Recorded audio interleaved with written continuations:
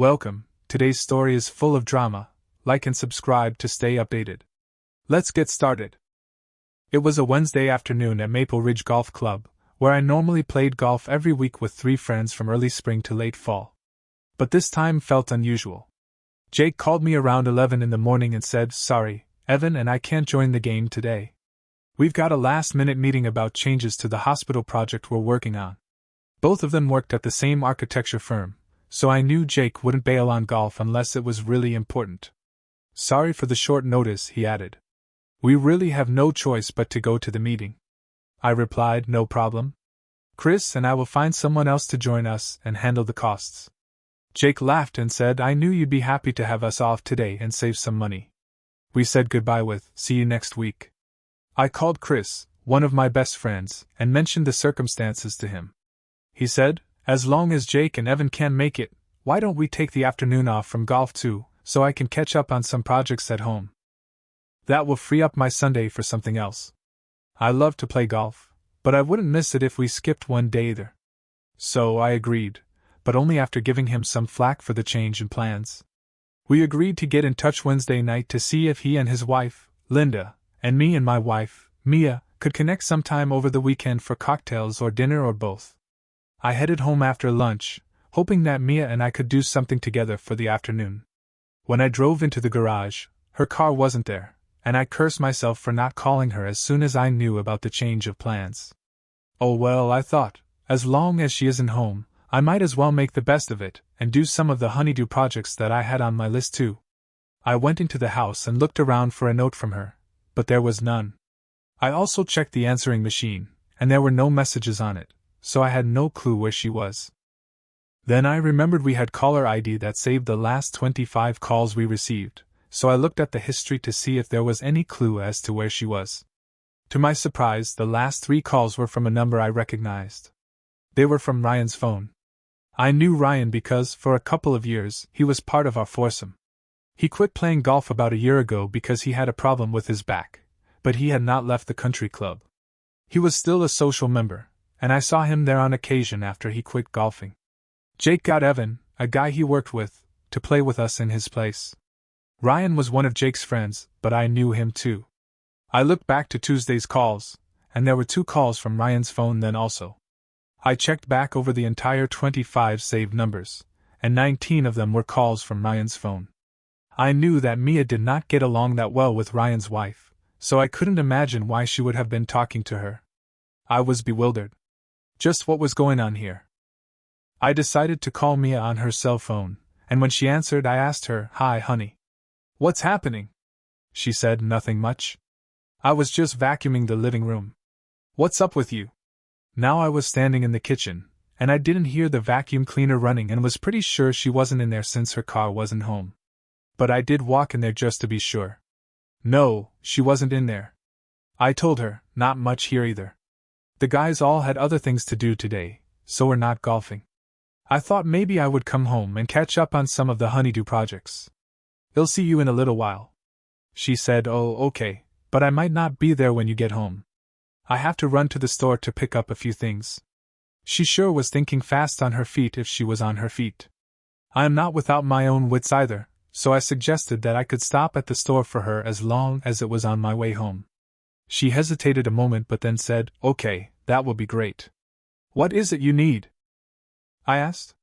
"Just a minute, I have to go get my list. Damn, I married one smart and obviously devious woman. Pick up some milk, eggs, paper towels, and some steaks for Sunday night. Oh, and maybe some dessert in case we have company," she added. "Okay, bye, honey," I said. "I'll see you in a little while," she said. Goodbye. I figured I'd better get out of there for a while to see what happened. She obviously wasn't home now, but would she get back here in a few minutes? I just needed to get away and think this through. I got in my car and drove to the store but didn't go right in. I sat there thinking for a while first. Mia and I had been married for almost 4 years. We didn't have any children but were thinking about having a couple sometime in the near future. I was 36, and she was 31, and we had met about 6 years ago after I had gotten out of the army. We were both in college at Stanford University, she a freshman and I finishing up my previous 3 years. We met and dated off and on for almost a year, then pretty steadily for a year. After I graduated, we were married, and she has continued to go to school part-time to finish up her bachelor's degree and get her master's degree. She's almost finished but has been taking the summer off this year. She is a very pretty woman with a very nice figure, and she has a wonderful personality to go with her looks. Mia is very well liked among our friends and family, and she almost always turns heads when we go out. I can get a little jealous if men pay too much attention to her, but I have never acted on that jealousy in a way that would upset her, and she has never given me reason to doubt her faithfulness to me. Mia was my love, my very best friend, my confidant, my life. Ever since we had been dating steadily, I thought our minds and hearts were melded together. I could sense her feelings and she mine. I could smell her fears and she mine. I could feel her heartbeat quicken when I looked at her, and she could feel the desire in me when she walked past me and I watched her go. There were lots of unspoken messages that flowed between the two of us on a daily basis. We just knew each other so well and were bound together so tightly that we were truly one. What could have happened here? I never knew Mia to lie to me ever, and I couldn't see any reason for it now except that she was up to something I wouldn't like very much. I knew she didn't like Ryan's wife all that much, but there were lots of calls from his number. If it wasn't Ryan's wife, then was it Ryan? Then it hit me. At the last country club social event about 2 months ago, he had been dancing a lot with Mia. At the time, I was a bit jealous because she seemed to be enjoying his attention way too much, but I let it slide because he and I were friends and had been close because of the golf matches. As I thought about that, I recalled that we had had a bit of an argument that morning, and she was still upset with me when I got home from work. I don't even remember what the argument was about, but she was rather mad. It also dawned on me that the connection between her and me that I just mentioned hasn't been as strong the last couple of months. Had I been lulled into thinking everything was still the same? Obviously I had, but now I knew that something was going on, and I was going to get to the bottom of it. I went into the store, bought the groceries we needed, and headed home. When I got there, Mia was just getting out of the shower and told me, "I just finished cleaning the house and thought I would get cleaned up myself. Thanks for getting the stuff from the store. Why don't you put it away, and I will be down in a little bit." I have never been one to sidestep problems. I guess my army training has taught me to face life head-on and without hesitation. So when she came downstairs, I asked her to sit down because I had something I wanted to discuss with her. I said, "Mia, you are my wife, my love, my lover, and my very best friend in the whole world. I have been here for you and you for me since we started to date steadily.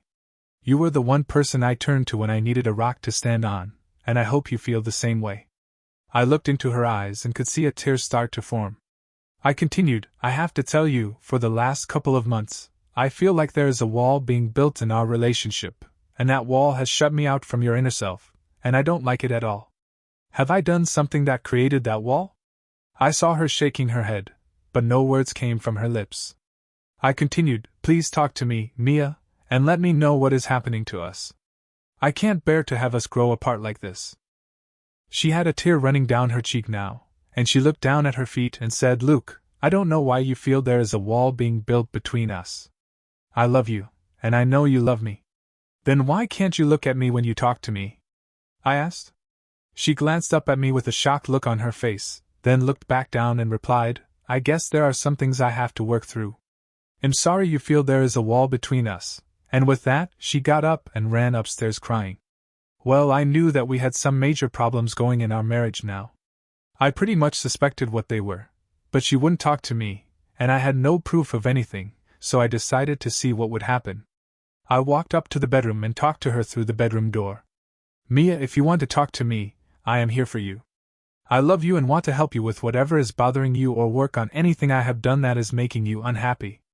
Please talk to me when you are ready." I went outside and began to work on the projects. My heart was aching. I don't know how to describe it to you, but I felt pretty empty inside, and I don't care if I was a big, tough army man, the tears flowed, and I felt pretty vulnerable. I didn't know what I would do if I lost Mia, if she wasn't my wife and lover. I just felt so powerless and weak. I was in a panic, to be honest. Mia did not come down for dinner, and when I checked on her at 8 p.m., she was sound asleep, so I went into the spare bedroom to sleep for the night. In the morning, I got up and went to work early, so we didn't talk in the morning. I called Chris and told him that I thought we probably wouldn't be doing anything together that night, or on Sunday either, for that matter, but I asked him if he could meet me for lunch. When we met for lunch, I explained to Chris what had happened and asked him what he thought of the whole situation. He dropped a bomb on me. He told me that he and Linda had suspected something was going on between Mia and Ryan right after the country club social gathering. Linda had seen MIA's car in Ryan's neighborhood. I asked, "Why wouldn't you say anything to me?" He said, "We talked about it but felt we ought to stay out of it because we really didn't know what was happening." "Okay, I can understand that," I said. "Please don't tell anyone that you and I have talked, not even Linda. I want to figure out what I am going to do about this, and I don't need a lot of gossip and outside input." I decided that I would have to have proof of her infidelity before I could handle the situation. I tried to attack it head-on, but her refusal to talk to me or acknowledge a problem growing between us told me I would need to have proof before I confronted her with specifics. I took the afternoon off and drove over to Ryan's house to see if her car was there. It wasn't, so I didn't know when they might meet again. I called home around 4:31 p.m. and told Mia I would be home at 5 p.m. She said she was happy I was getting home early. When I arrived, Mia was warm and caring. She hugged me and smiled at me with that smile that always warms my own heart. I could tell she was trying to be close to me, but it just didn't feel the same to me. I could sense she was trying, and we never had to try, it just happened. I asked her if she wanted to go out to eat dinner, and she said yes. When she went upstairs to change her clothes, I checked the caller ID, and sure enough, there were 2 calls from Ryan, one at noon and another at 2:31 p.m. I didn't know what to make of those calls, but I knew that she didn't meet him that afternoon. The weekend was pretty uneventful. We did a few things together, and she wanted me to make love with her on a couple of occasions, but I just couldn't, so I made up an excuse that I had a sore back. On Sunday night, when I told her that, I saw her shudder and saw a tear form again. I just couldn't bring myself to be intimate with her until I got to the bottom of this supposed affair. On Monday, I arranged to get a few hours off each afternoon that entire week so I could check up on Mia. I knew if something was really going on, I would need to catch her. Nothing happened on Monday, but again, there were 3 calls from Ryan. Nothing happened on Tuesday, 2 calls. Nothing on Wednesday, no calls. But on Wednesday at noon, Mia called me and told me that since I would be golfing and eating at the club, she was planning on going to the library to work on her thesis for the afternoon and evening and not to expect her home until around 8:31 p.m. or so. I think she was expecting me to tell her if I was not golfing. Well, I wasn't going to golf, but I wasn't telling her that. I drove over to Ryan's house and parked out of the line of traffic so I could watch his house. I had my camera with the telephoto lens with me so I could take pictures if she showed up. At 2 p.m. Mia drove up and parked on the street outside his house.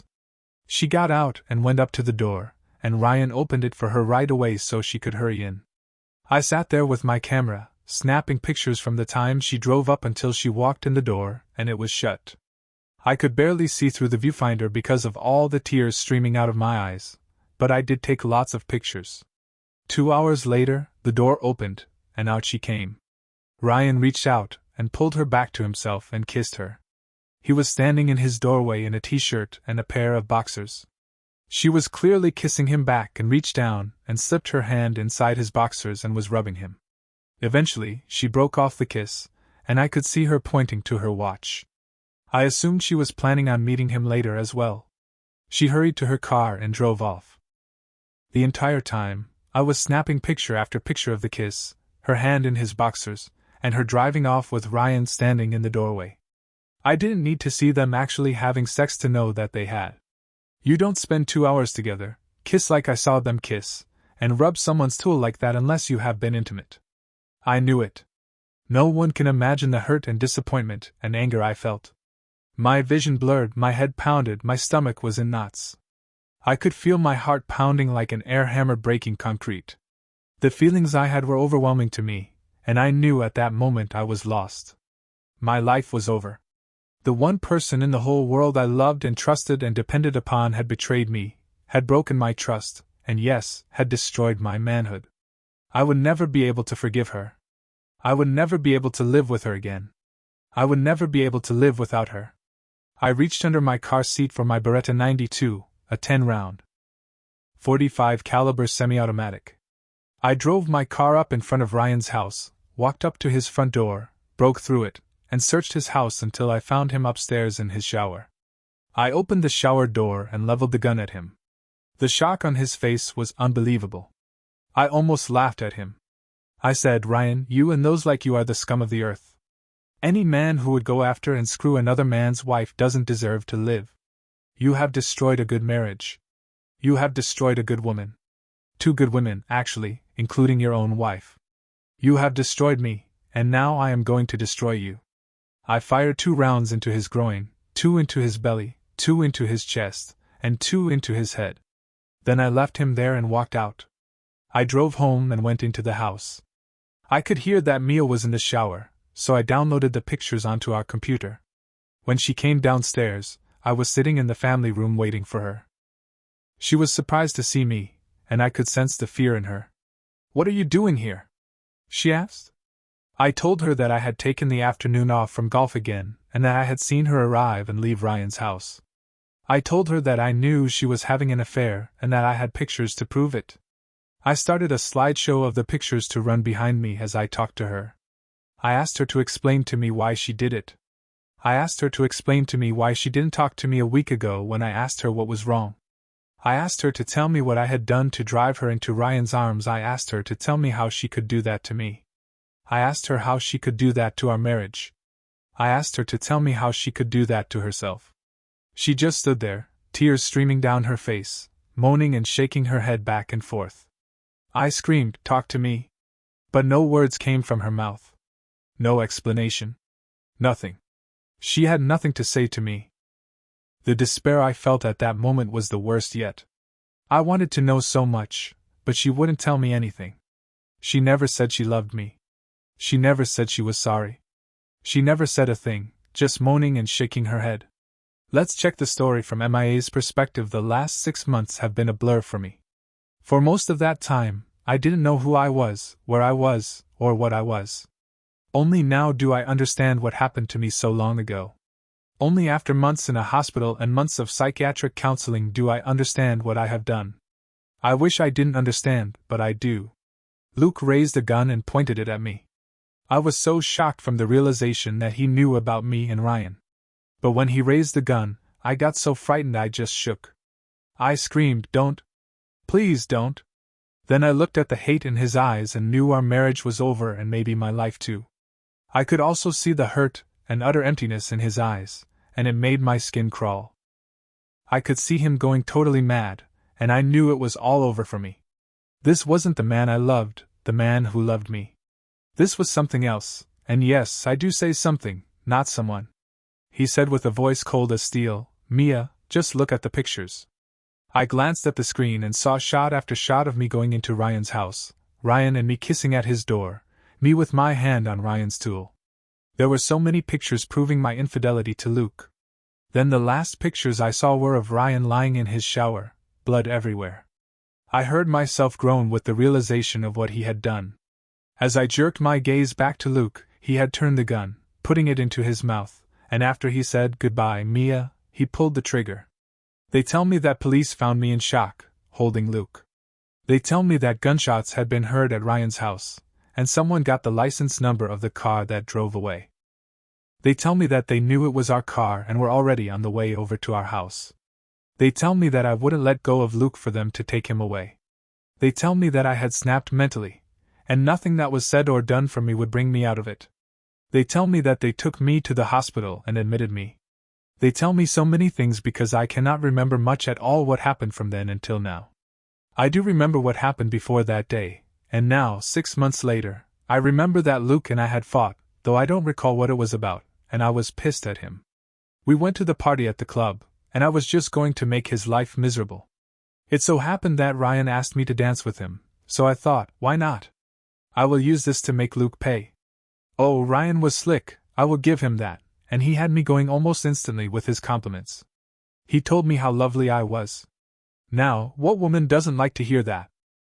He told me that I was the prettiest woman at the club that night, and I was just so excited to hear that. He told me that he always wanted to spend time with me because I was so sweet, so smart, and so sexy. How could I resist such charm?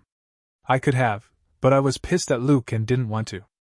I kept encouraging Ryan, and I could see that Luke was upset, but he didn't do a thing about it.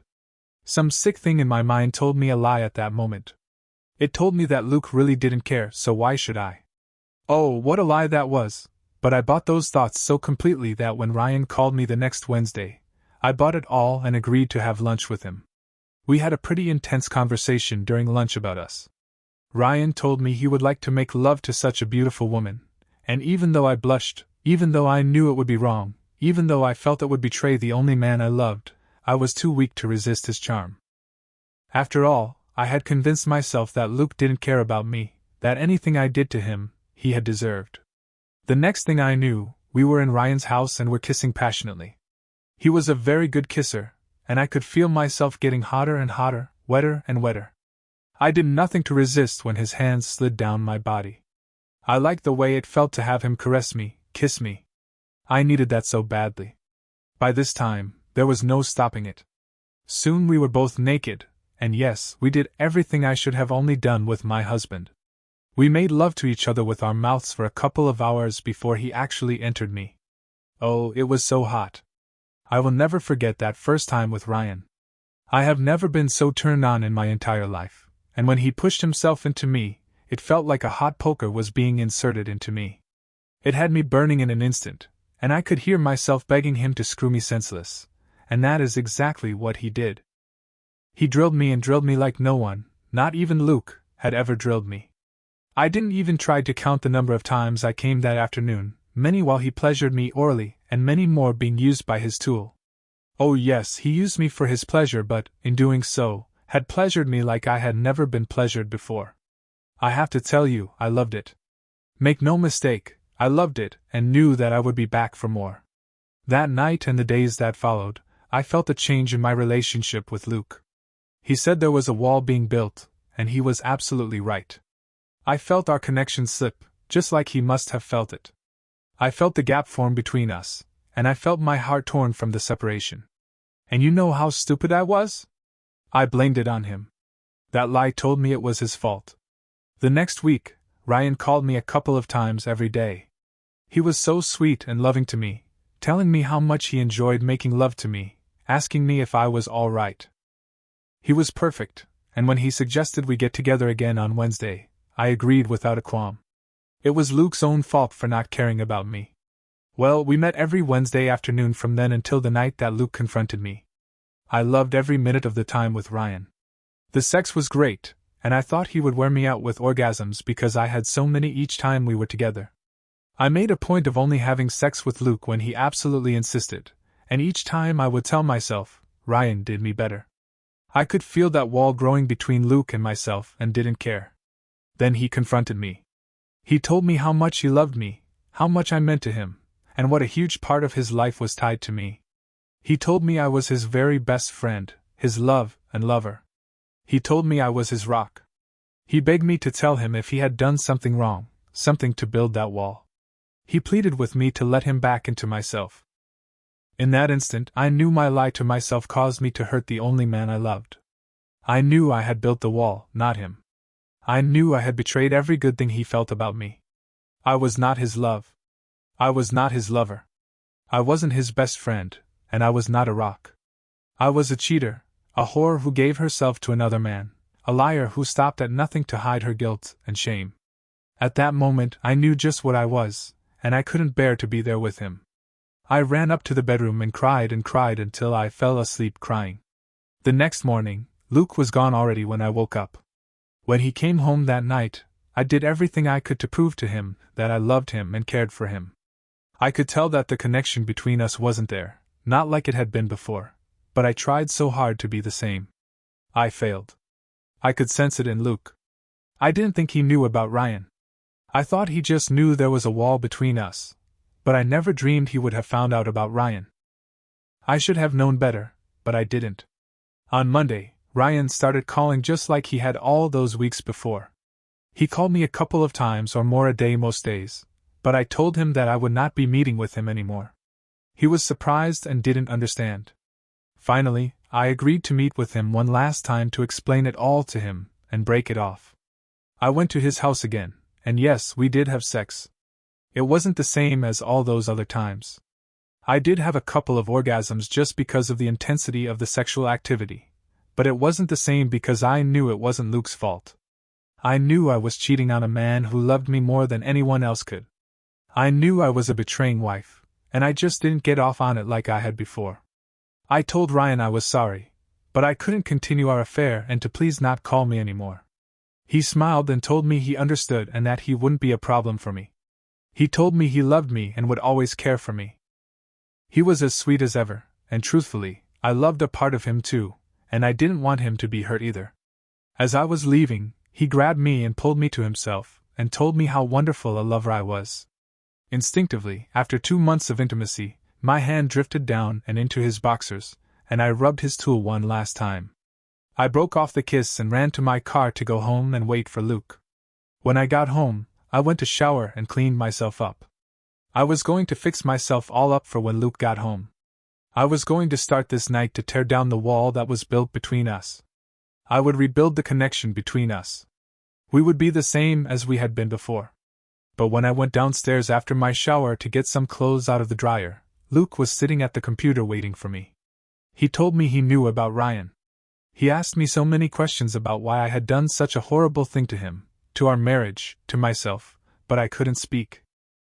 I had done everything I could up to that point to start back to where we used to be. He found out. Now, nothing I did could make it right. He found out.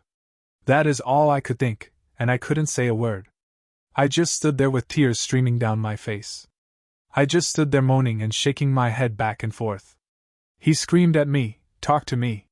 But no words came out of my mouth. I was in shock, I know, but it was soon to get worse. He told me, look at the pictures. When I did, I saw them all, right up to the point of Ryan lying dead in his shower. When I glanced back at Luke, I first saw the gun. Soon it was over. He was dead. The next thing I remember is a couple of weeks ago in the hospital. Oh, there is some healing going on in my mind. Everyone believes I have made great strides in getting myself back on track. They have talked about letting me go off on my own for some outings. They tell me that after a few more weeks, I probably could go to an assisted living home, and then eventually be able to have my own home. I am healed enough to understand that my reaction needs to be positive in order for me to be on my own, and I will do everything I can to heal this broken woman. But you must know that once I am free, I will end the torture I have to endure. The torture of knowing that I killed Luke. I killed our love. I killed our friendship. I killed everything I had in life worth living for. I know I cannot endure that torture forever. I will have to end it. Now for the second story.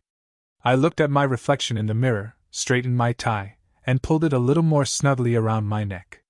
I smiled, making sure my teeth were clean and no lingering piece of something or other was there to mar my visage. To my image, I said, "Steve, my man, you look marvelous." I nodded once to myself, impressed at my own cleverness, stepped back, picked up my wallet, watched a clean handkerchief, and then, as ready as I would ever be, walked downstairs to the kitchen. I smelled coffee as I strolled in and reached for a cup as I passed the counter where they were kept on a small rack. Coffee smells good.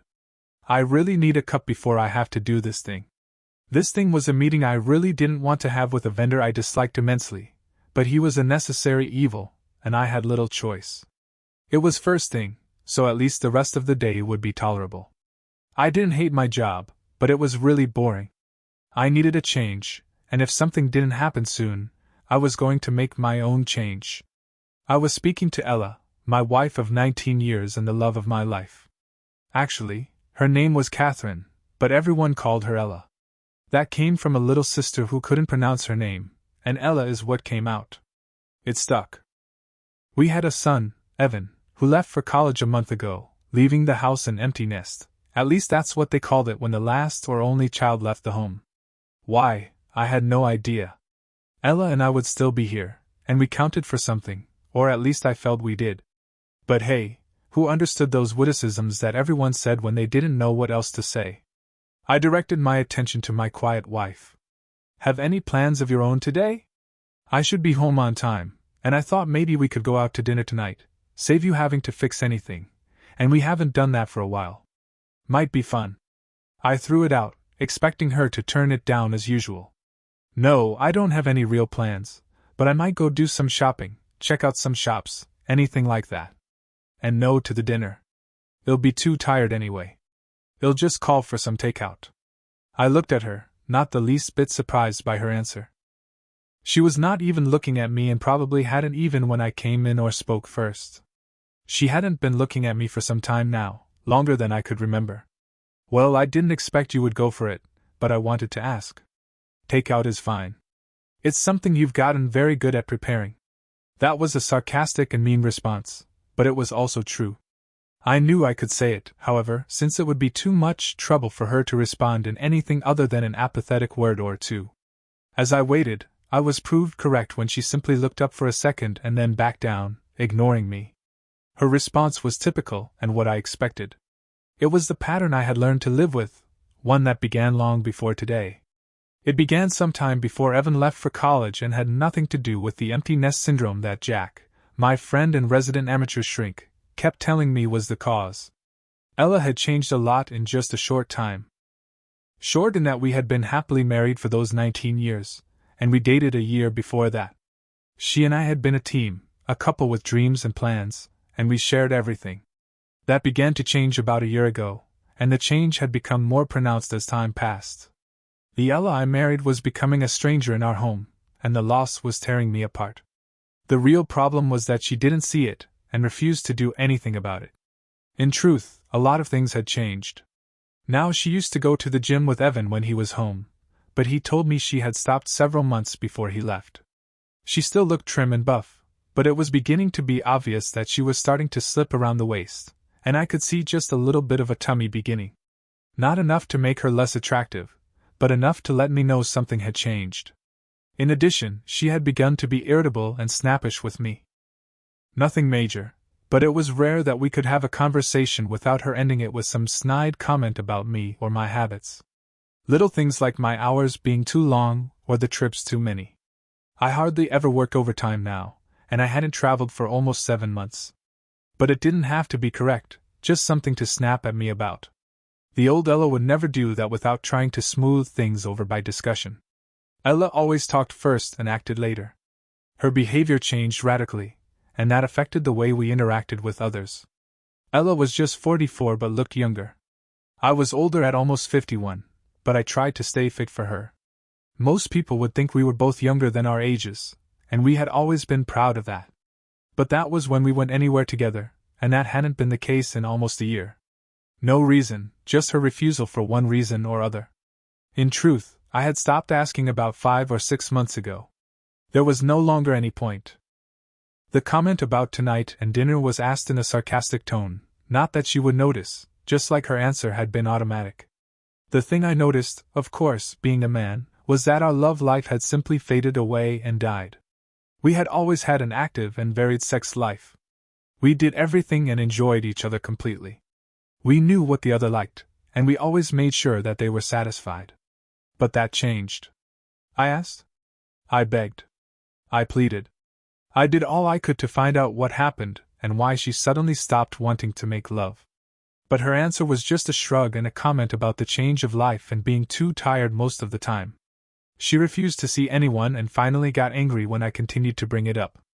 Being the man I am, I simply let it go, hoping it would pass once she got through the change. Being the man I am may be one of the reasons our life is in the state it is. All of these things went through my mind as I sat alone with my wife at the table. I finished my coffee, rinsed my cup, and placed it on the drain board.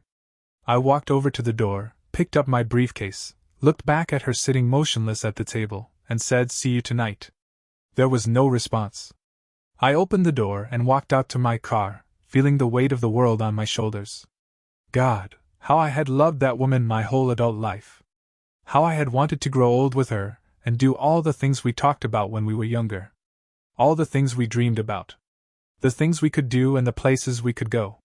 It was not even a year ago when she talked about the possibility of our moving to Florida if I got that promotion to regional VP. It was a strong possibility and still was. She hated living here in the Northeast where the winters were long and cold and the summers were short and not all that warm. She hated the cold. I was still depressed as I opened the door to my office and turned on the lights. I settled down behind my desk, opened my computer, and waited for it to boot up. I got a cup of office coffee, grabbed a donut from the box someone had brought, and went back to open my email. I was munching on a coffee-soaked bit of donut when I opened the email from my boss requesting I get my butt into his office ASAP.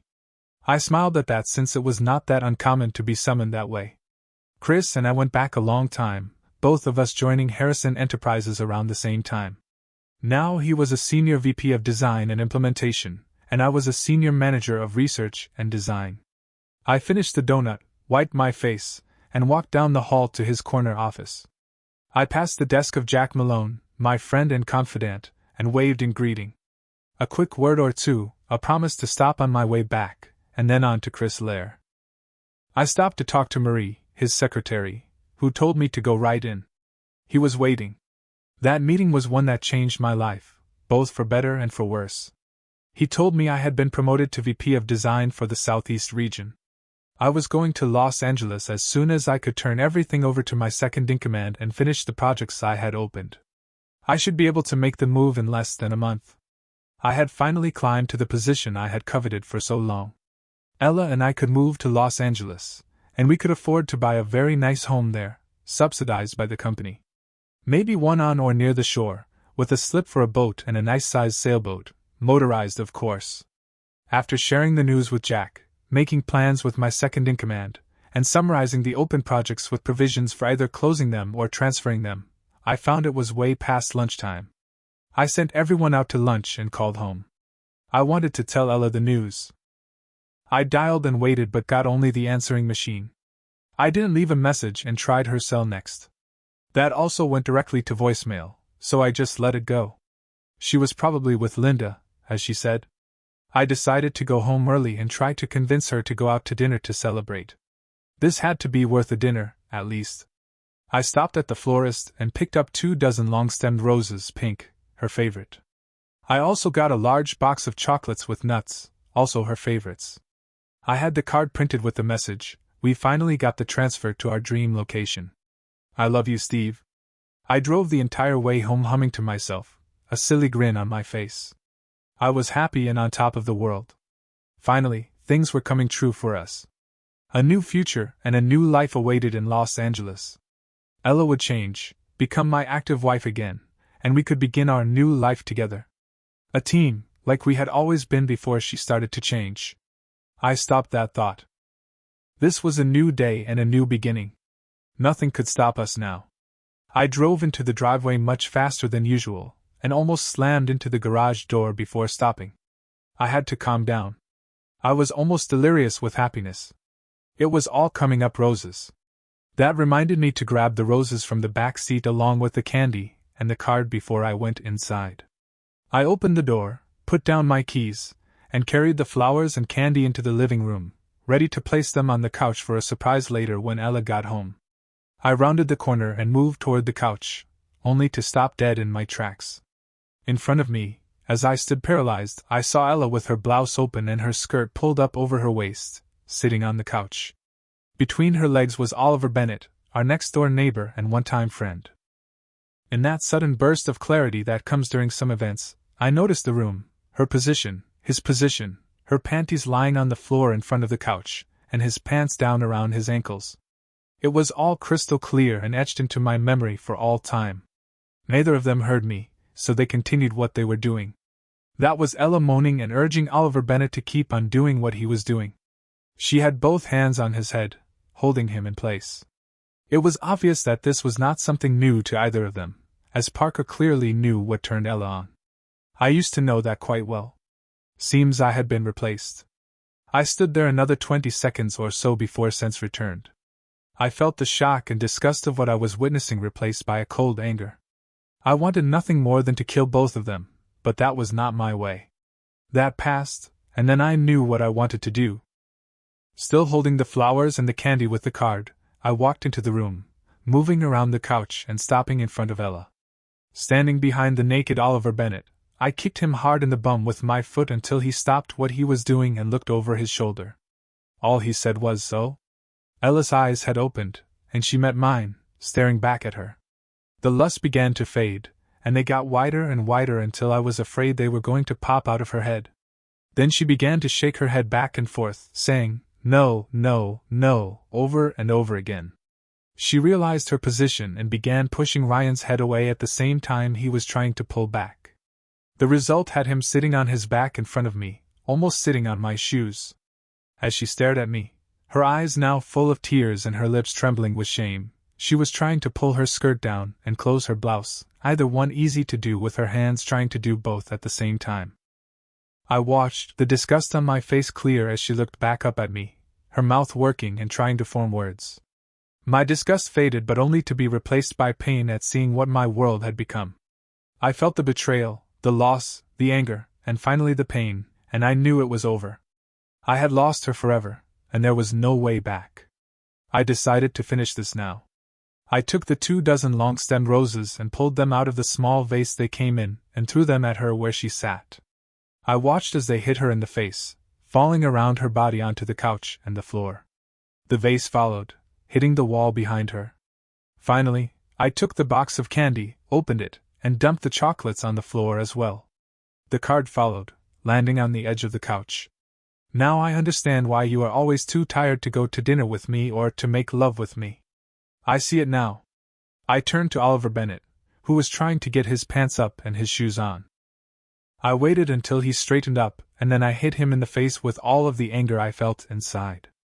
I was pleased to see the blood spurt from his mouth as he fell down again. I watched as he levered himself up on his arms, and I directed my next comments at him. "I don't know how you intend to explain this to your wife after I fill her in on your afternoon activities with my soon-to-be ex-wife, but be prepared to explain it. Now get the hell out of my house before I throw you out." I said no more but went upstairs to pull down a suitcase and begin packing. I was still furious, but the anger was now fading, and a new feeling, one of a deep and racking pain, began to fill me. The loss of all I had believed in was almost too much for me.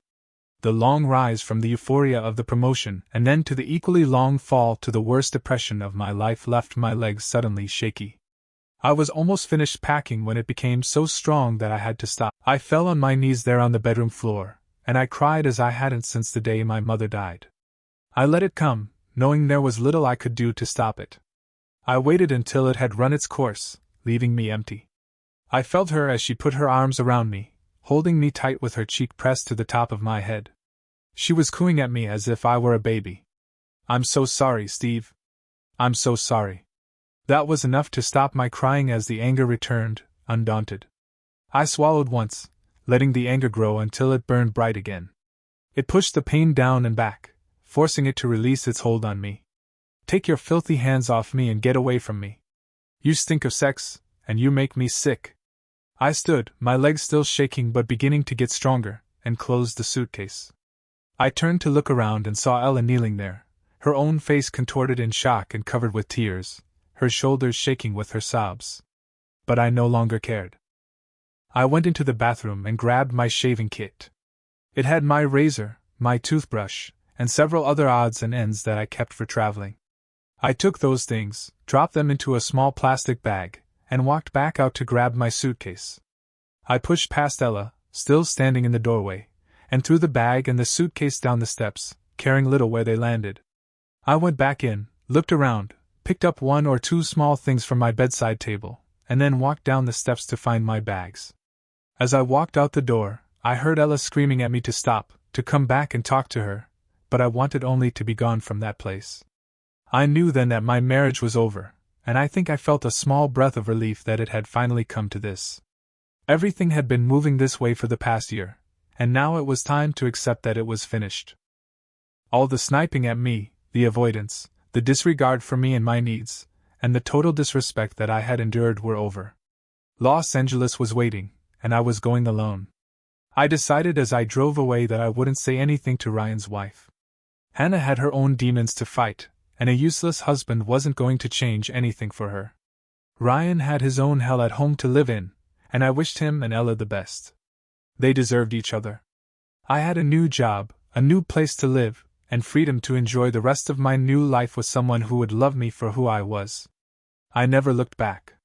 Let's see the story from Ella's perspective. I had been feeling depressed and anxious for some time now. I knew part of it was that Evan was going to college soon, and I would be alone for most of the day. Then part of it was the beginning of that time in a woman's life before menopause when she begins to believe that she is no longer young and beautiful and alive to all life has to offer. My world had been Steve and Evan in the house and the things I could do to make their world a pleasant and safe place for so long now that the fear of losing all that was almost a sickness. Most of all, I was feeling very strange a lot of the time. Nothing I could put my finger on or something I could tell a doctor about, just a strange feeling that something was wrong. I felt off, not myself, and I was beginning to become worried about it. I hesitated to talk to Steve about it, knowing he would try to get me to go for help somewhere. He was a man, and all he could think was to try to fix things. I didn't want things fixed, I just wanted to be left alone to take care of myself. Nothing needed fixing. He had already talked to me about my unwillingness to go out or do things and the death of our love life, something I had little or no interest in now, but for the life of me, I didn't know why. I used to love making love with my husband, and nothing happened to change that. I just couldn't get up the energy to do it now, but that would change again. Things would run their course, and I would be back the way I was. I just needed time. He wouldn't believe me, but I knew I was neglecting him something awful. He tried to do things for me, asked me to go to dinner or to a play or just out anywhere. I said no.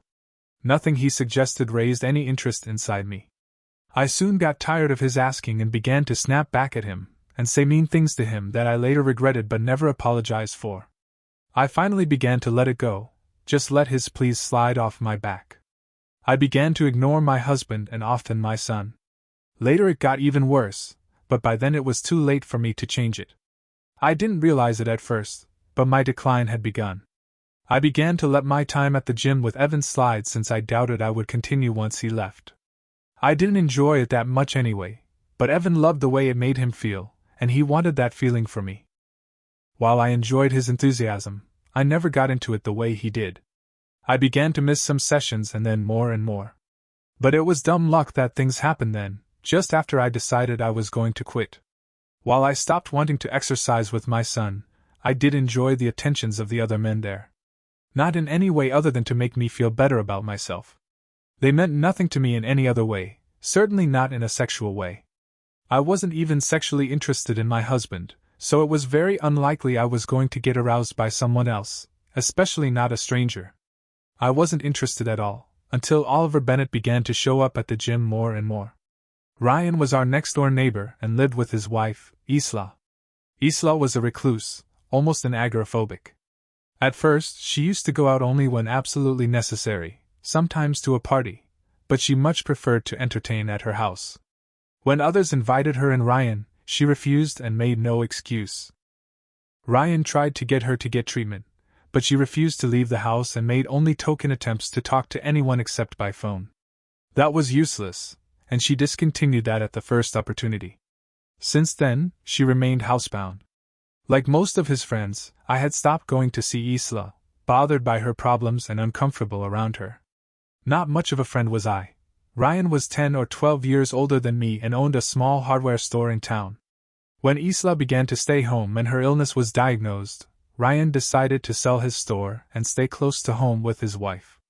He had been with her for over 30 years, and he felt it was his duty to try to help her. He did all he could for her, but she continued to get worse and finally refused to leave the house except for a doctor's appointment, or some emergency. Those also became rare, and finally, she left not at all. We began to talk during our breaks at the gym, and I learned more about him and Isla. I apologized for not visiting Isla more, but he simply said he understood. He told me all of their story, and I found myself feeling sympathy for him. My heart melted at the sadness I saw in him. I wanted to help him, but all I could do was let him talk. I listened and became more and more sorry for him. I wished there were more I could do to help, but I was helpless to change anything for him. I found Ryan to be a charming man and, once I noticed, a very well-built man with a good body and a flat stomach. I also have to admit, I noticed a nice bulge in the tight gym shorts he wore. I especially noticed that it got bigger after he had spent some time talking to me. That started some thoughts in my head that had been missing for some time. The only real problem with that was that when Ryan was out of my sight, so were those thoughts. My husband didn't cause them to reoccur in the evenings, and they lay dormant until I saw Ryan again at the gym. Those thoughts got me to thinking. The next time Ryan and I were together watching Evan work out, I got up my courage and asked him about his love life with Isla. He seemed embarrassed at first but finally told me that there was no love life anymore. Isla had no interest and refused him whenever he made an attempt. She got angry if he tried and called him names if he persisted. He had finally given up and no longer considered her a wife except in name only, but he was too much of a man to divorce a sick and needy woman, especially when he had loved her for so long. That night at home, I made my decision. I knew what I could do to help Ryan and, at the same time, help myself. In my own mind, it was so clear. If only Ryan could arouse those feelings in me, and if Ryan was forced into chastity by a frigid wife, then I could help both of us at the same time. It was so simple. I would offer to have sex with Ryan for his satisfaction as well as mine since I couldn't become aroused by my husband, and he couldn't satisfy his cravings with his wife. It was a perfect solution to our problems. It was so clear to me at that point in my life, so very simple. At no time did I consider what I was going to do as cheating on my husband. I couldn't get aroused by my husband, so I was not meeting his needs, and he couldn't meet mine, so in my own mind, I thought that this way, I could regain my own desires and maybe they would carry over into my marriage bed. That would be a good thing for Steve, wouldn't it? Ryan could get some satisfaction with my body, and that would be a good thing for him. Hopefully, I was going to get some satisfaction from Ryan. Gauging from the way his pants bulged out when he was talking to me, it seemed to me to be a clear win-win situation. With that thought, it was settled. The following day, I went to the gym with Evan, and Ryan was already there. I watched him work out, admiring his body as it glistened with his sweat. I wanted to reach out and rub those shining wet muscles and feel that bulge in his trunks so badly that I felt things I hadn't felt in months, perhaps even years. I was horny. I was actually getting turned on by watching Ryan's body. God, I knew that I had made the right decision. Once he was through with his workout, I talked to Ryan and told him what I had decided. He listened, his mouth curved up in a wide smile, and he actually blushed. He was almost comically grateful and said he had wanted to make a move on me for months but was afraid to do so, fearing it would ruin our friendship. He had some reservations about doing this behind Steve's back, but I explained our lack of lovemaking, and he seemed to accept that. Actually, Ryan would have accepted anything I told him just to get into my pants. I understood that. I knew men, and Ryan was all man. We made plans for the first time to meet at my house. Ryan would tell Isla he had to go somewhere, drive around the block, park his car, and walk through the back gate and into the house. No one could see him once he entered the yard, and no one would be interested in him anyway. Steve would be at work as usual. Evan was going to be gone all day on a trip to one of the local colleges with his senior class, so I would be alone. I waited in the kitchen, watching the backyard that morning until I saw him come in, close the gate, and almost run to the back door. I held the door open, and he came in without slowing down. It wasn't until he stopped and turned that he noticed I had on only a robe. I stood there, grinning at him, and when his breathing had slowed, I untied the belt, letting the robe fall open. Underneath, I was naked. He let out a groan, almost a sob, as his eyes roved over my naked body. I admit to being turned on by his admiration, and I pushed the robe from my shoulders, letting it fall to the floor. I stood there, naked and fully exposed to this man who was my neighbor and Steve's friend. I let him devour me with his eyes, feeling no shame and no regret. He waited only seconds before walking over to me, pulling my body against his, and pressing his mouth over mine. He was not gentle, and that turned me on even more. I accepted his tongue into my mouth, my own meeting and dueling with his. It did not take long before I heard myself screaming at him to do me harder and harder, and he answered with a growl of pure primal lust. I was almost unconscious from the sheer pleasure. We came down together, both of us spent and sated. I let my legs relax and fall to the floor as Ryan lowered my body back down. I moved back to the bathroom. Ryan watched me go, his own pants laying on the floor beside him. I closed the door and let everything inside begin to seep out of me. I then cleaned what I could with toilet paper until I felt clean enough to put my clothes back on. I would shower later, but for now, I was okay. I walked back out to find Ryan dressed again and sitting at the table, looking cautiously at me. I smiled, walked over to kiss his cheek, and sat down opposite him. Thank you, Ryan. That was more than I could hope for. You were wonderful, and I enjoyed it very much.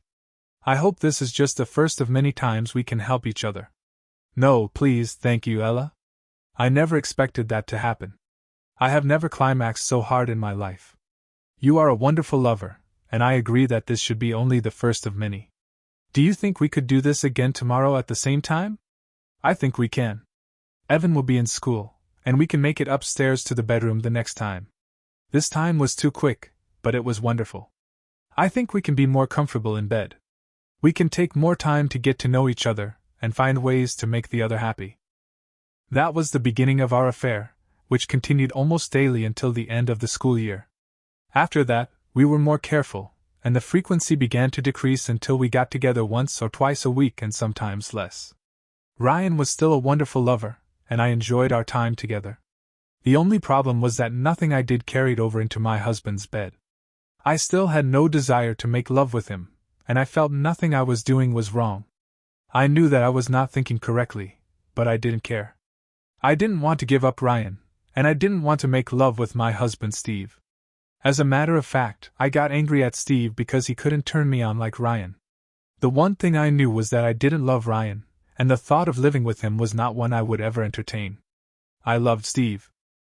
That was a surprise that I wasn't even aware of until it was too late, but I did know that in my heart, and although it didn't stop me from doing what I was doing with Ryan, it kept me feeling safe knowing I had the love of my husband Steve to fall back on. Funny that I never doubted that. The thought that I could lose my husband was not even a glimmer on my radar. The summer ended, Evan went off to college, and Steve continued to work predictable hours, leaving me and Ryan more time to have our sexual liaisons. Things were slowly ending with Ryan, and we both knew it, but we still got together as often as we could. We sometimes just did oral for each other, the effort of full sex not worth our time. I loved the way Ryan did it, and often just let him go at me as long as he liked. I would blow him if he asked, but I didn't really enjoy it very much. He seemed content to do me, and I let him. That's what he was doing when Steve walked in and caught us. In retrospect, I remember it like it was just an hour ago. I was sitting on the couch in the living room, my blouse open where Ryan had been fondling my body. He had pushed me back, dropped to his knees, and lifted my skirt up to my waist. I leaned back, enjoying what he was doing, and I let my body respond, the climax still a ways away. I was just beginning to feel the stirrings of lust when I felt Ryan jerk and pull away. I opened my eyes, and as the lust died, I stared into the eyes of my husband Steve standing there. Now, as I look back on it, certain things remain clear and precise. The first time I looked into his eyes, I saw disgust and anger. Then, as I watched, I saw the anger begin to be replaced with something else. It took a minute, then I recognized it. I had seen it a few times before in my life with Steve. It was pain. Pain coupled with sadness. I can't begin to tell you what that felt like to see that pain and that sadness, and to know that I was the cause of it. Nothing in my life hurt as much as that knowledge, not even the loss of my parents when they died in a fiery car crash. That look, the one I saw that day, will haunt my dreams for the rest of my life. As bad as that memory was, it was far less than the one that happened a few minutes later. Ryan dressed and ran from the house with only a quick, "I'm so damn sorry." I watched him go, blood dripping down his chin, understanding that for the first time in almost a year, I felt nothing for him. I cared nothing about what might happen to him as I slowly walked up the steps to find Steve. I don't believe at that point that I understood what had happened and how my life was going to change.